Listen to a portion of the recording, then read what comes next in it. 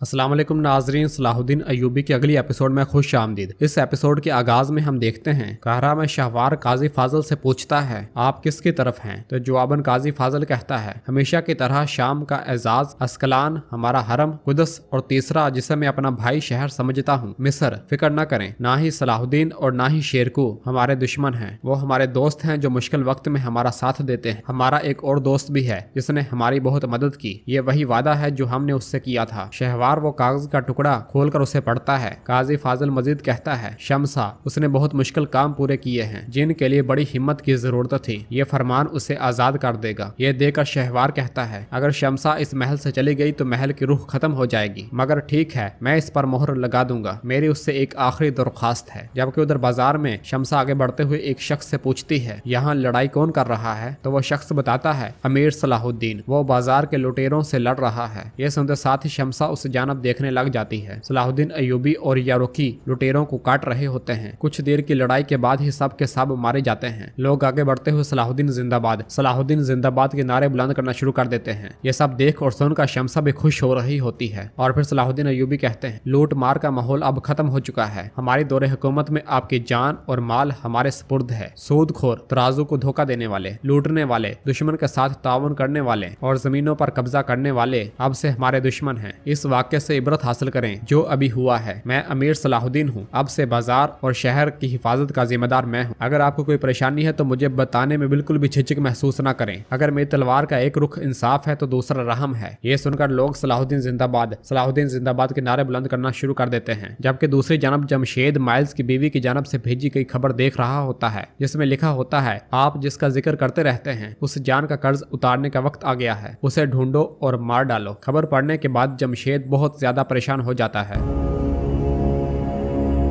जबकि दूसरी जानब सलाहुद्दीन अय्यूबी बालन के पास शिफा खाने आते हैं और तबीब से पूछते हैं ये कैसा है, तो तबीब बताता है इसका जख्म गहरा है, पानी ने इसे शदीद मुतासर किया है, मैं जो कर सकता था मैंने किया, मगर हो सकता है कि ये काम ना कर सके। यह सुनकर सलाहुद्दीन अय्यूबी पूछते हैं इसके इलाज का कोई और तरीका होना चाहिए, आपको क्या चाहिए मुझे बताएं। तो वो तबीब कहता है मैं कुछ नहीं कर सकता, लेकिन मैं एक जड़ी बूटियों के माहर को जानता हूँ जो इसकी मदद कर सकता है। तो सलाहुद्दीन अय्यूबी पूछते हैं कौन है वो, उसका नाम बताए मुझे। नाज़रीन, फिर इसके बाद हम देखते हैं कि दरगाह का खास सिपाही शहवार के सामने जा पहुंचता है, जिसे देखकर शहवार गुस्से से कहता है तुम्हारी हिम्मत कैसे हुई मेरे सामने खड़े होने की। तो जवाब में वो सिपाही कहता है वजीर मैं माफी मांगने आया, बराए मेहरबानी मुझे माफ कर दें। ये कहते साथ ही वो उसके पांव पाड़ जाता है। तो शहवार कहता है तुम्हें फांसी ना देने के लिए मेरा शुक्रिया अदा करना चाहिए। गद्दार, तो सिपाही कहता है मैं गद्दार नहीं हूँ, मैंने कभी मिस्र से गद्दारी नहीं की। तो शहवार कहता है मैंने तुम्हें खबर भेजी थी लेकिन तुमने दरगाह का इंतखाब किया। यह सुनकर वो सिपाही कहता है किसी को तो उस पागल आदमी को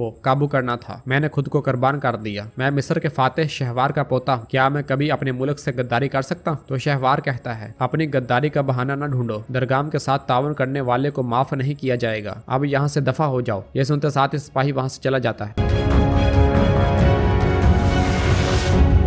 नाज़रीन, फिर इसके बाद हम देखते हैं कि उर्फा लतीफ के शिफा खाने जा पहुंचता है, जहां पर लतीफ और उसके बाबा मौजूद होते हैं और अपना काम कर रहे होते हैं। उर्फा उनसे पूछता है आप में से लतीफ कौन है। ये सुनकर उसका बाबा बहुत डर जाता है और फिर लतीफ कहता है मैं हूँ, तुम क्या चाहते हो। तो उर्फा कहता है तुम्हें हमारे साथ महल जाना होगा, ये अमीर सलाहुद्दीन का हुक्म है। लतीफ के बाबा परेशान होते हुए कहते हैं कोई गलतफहमी हो सकती है, मेरा बेटा सिर्फ जड़ी बूटियों का माहिर है। तो उर्फा कहता है मैं इसके बारे में नहीं जानता, हुक्म की तामील करना मेरा फर्ज है।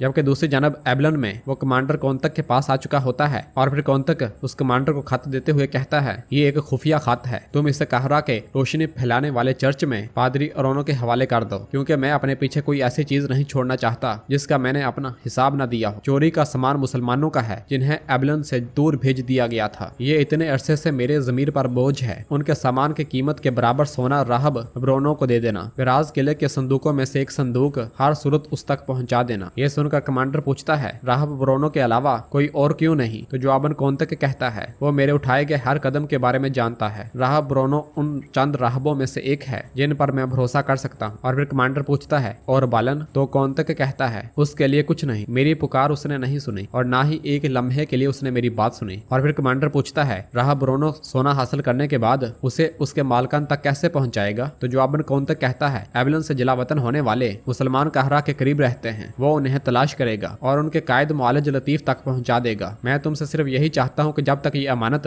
असली मालिक तक नहीं पहुंच जाती तब तक इसकी हिफाजत को यकीनी बनाना तुम्हारा फर्ज है। यह सुनते साथ ही कमांडर उसे हौसला देने के बाद चला जाता है। जबकि दूसरी जानब काहरा के शिफा खाने में बालन की आंख खुल जाती है और वो अपने सामने सलाहुद्दीन अय्यूबी को देखकर एकदम उन्हें पुकारता है और फिर उठने की कोशिश करता है। तो सलाहुद्दीन अय्यूबी उससे कहते हैं, तुम्हें आराम की जरूरत है, क्या तुम्हें याद है कि यह सब किसने किया? तो बालन कहता है, नहीं, मुझे सिर्फ वही लम्हा याद है जब मैं दरिया में गिरा था। और फिर पूछता है, अब हम कहाँ हैं? क्या तुम भी कैद से भाग गए या अब भी तुम अलीसा के गुलाम हो? तो सलाहुद्दीन अय्यूबी कहते हैं, हम किसी के गुलाम नहीं हैं, दरगाम मार गया है। साबिक वजीर शहवार एक बार फिर मिस्र का सरबराह बन गया है। मैंने तुमसे कहा था कि मत जाओ। सराय में लाए गए 2 नए जंगजू हमारे आदमी थे। ये सुनकर बालन पूछता है, क्या वो तुम्हें बचाने आए थे? जवाबन सलाहुद्दीन अय्यूबी कहते हैं। तो सलाहुद्दीन अय्यूबी कहते हैं, दरअसल वो मिस्र इनके हाथों से बचाने आए थे, यानी कि दरगाम से, जिसने सलीबियों के साथ इत्तेहाद किया हुआ था। और फिर बालन पूछता है, वैसे इस मामले में मेरी क्या पहचान है? तो सलाहुद्दीन अय्यूबी उससे कहते हैं, इस मामले में तुम एक फरार कैदी हो, एक फरार कैदी जो दरिया के किनारे किस्त खोरदा सलीबियों के साथ बेहोशी की हालत में पाया गया। मुझे नहीं मालूम कि तुम्हें वहां छोड़ने वाला कौन था। तो बालन पूछता है, तो क्या अब मैं तुम्हारा कैदी हूँ? तो जवाबन सलाहुद्दीन अय्यूबी कहते हैं, तुम कैदी नहीं बल्कि हमारे मेहमान हो। अल्लाह ने मुझे तुम्हारा कर्ज अदा करने का मौका दिया है। इसी लम्हे खलील वहां पर आता है। खलील को देखकर बालन कहता है, हम तीनों जिंदा हैं, मगर क्या अलीसा मर गया? तो खलील कहता है, अगर मैं उसे पकड़ लेता तो जरूर उसे मार डालता, मगर वो भाग गया। और फिर सलाहुद्दीन अय्यूबी से कहता है, जिस मालिज का आप इंतजार कर रहे थे वो आ गया है जनाब। ये सुनते साथ ही सलाहुद्दीन अय्यूबी बाहर आ जाते हैं और लतीफ के पास आते हैं। सलाहुद्दीन अय्यूबी को देखकर लतीफ खुश होते हुए कहता है, अमीर सलाहुद्दीन, कहरा में खुश आमदीद। हमारे कहरा को आपने शर्फ बख्शा। आपका नाम तो पहले ही बहुत दमिश्क की सरहदों से यहाँ तक पहुँच गया था। जब खबर हुई कि आपने अस्कलान फतह कर लिया है तो यहाँ सब ने जश्न मनाया था। आपको हमेशा फतह नसीब हो। मुझे आपके हजूर क्यों बुलाया गया ये मैं नहीं जानता, लेकिन मैंने काफरों को मोहलत ना देने वाले इस बहादुर अमीर को लड़ते हुए देखा है, जिसने हमारे खून को रायगा नहीं जाने दिया। अल्लाह का शुक्र है। तो सलाहुद्दीन अय्यूबी कहते हैं, अल्लाह हमें वो दिन दिखाए जब हम मिलकर कुदस लें। मैंने तुम्हें यहाँ इसलिए बुलाया ताकि मेरा कर्ज उतारने में तुम मेरी मदद कर सको। ये सुनकर लतीफ पूछता है, कैसी मदद? तो सलाहुद्दीन अय्यूबी कहते हैं, कोई ऐसा शख्स जिसने मेरी मदद की जब मैं मुश्किल में था और अब उसे मेरी मदद की जरूरत। उसका जख्म काफी संगीन है, मुझे उम्मीद है कि उसे तुम्हारे हाथों शिफा मिल जाएगी। यह सुनकर लतीफ कहता है, आपका दोस्त हमारा दोस्त है, आपका कर्ज हमारा कर्ज है मेरे अमीर, मैं अपनी पूरी कोशिश करूंगा। ये कहते साथ ही सलाहुद्दीन अय्यूबी लतीफ को लेकर बालन के कमरे में दाखिल होते हैं, मगर बालन को अपने सामने देखकर लतीफ वहीं का वहीं रुक जाता है। बालन भी उसे गौर से देखने लग जाता है। उन्हें इस तरह आपस में एक दूसरे को देखते हुए सलाहुद्दीन अय्यूबी भी थोड़ा हैरान और परेशान होते हैं। और फिर लतीफ कहता है, अमीर सलाहुद्दीन, मेरे पास इस जख्म का कोई इलाज नहीं है। तो सलाहुद्दीन अय्यूबी पूछते हैं, क्यों? तो लतीफ कहता है, क्योंकि वो मैं ही हूँ जिसने ये जख्म खोला है। यह सुनकर सलाहुद्दीन अय्यूबी सोच में पड़ जाते हैं।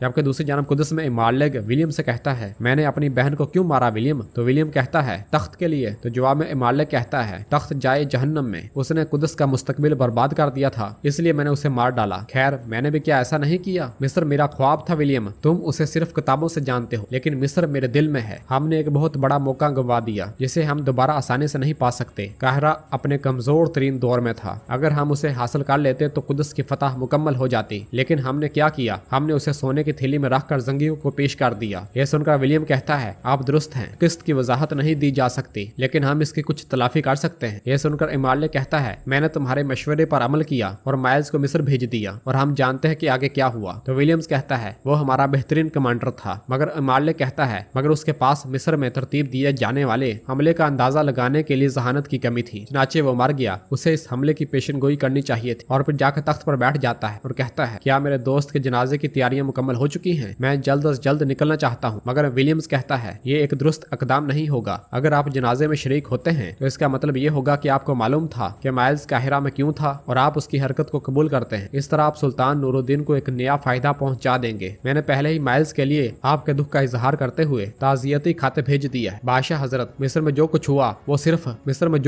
सिर्फ और सिर्फ माइल्स की जाती ख्वाहिश थी। ऐसा हर सूरत लगना चाहिए, हमारा उसके साथ कोई ताल्लुक नहीं है। ये सुनकर इमारले कहता है, आह विलियम, तुमने मुझे क्या बना दिया। और नाज़रीन, इसी जगह पर एपिसोड खत्म करते हैं। मिलते हैं बहुत जल्द अगली एपिसोड के साथ। वीडियो को लाइक कर दें और जिन दोस्तों ने अभी तक चैनल सब्सक्राइब नहीं किया वो जल्दी से चैनल सब्सक्राइब कर दे और बेल आइकन यानी घंटी वाले इशारे को भी प्रेस कर दे ताकि आने वाले एपिसोड्स आपको आसानी मिल सके। दुआओं में याद रखें। अल्लाह हाफ़िज़।